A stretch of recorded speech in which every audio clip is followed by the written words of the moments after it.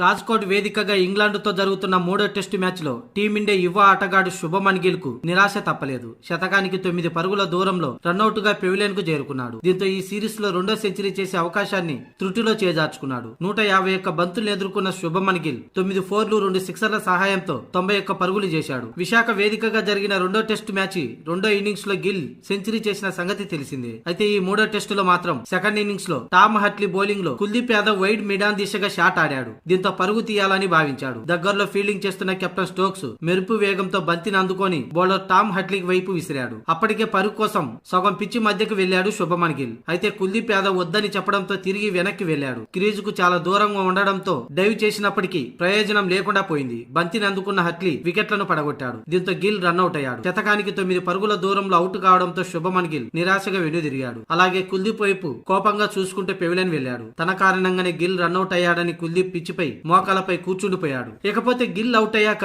Century వీరుడు Yashasvi Jaiswal crease లోకి వచ్చి ఆకాశ మహద్దుగా చెలరేగిపోతున్నాడు. అలాగే టీమిండియా భారీ ఆధిక్యం దిశగా కొనసాగుతుంది.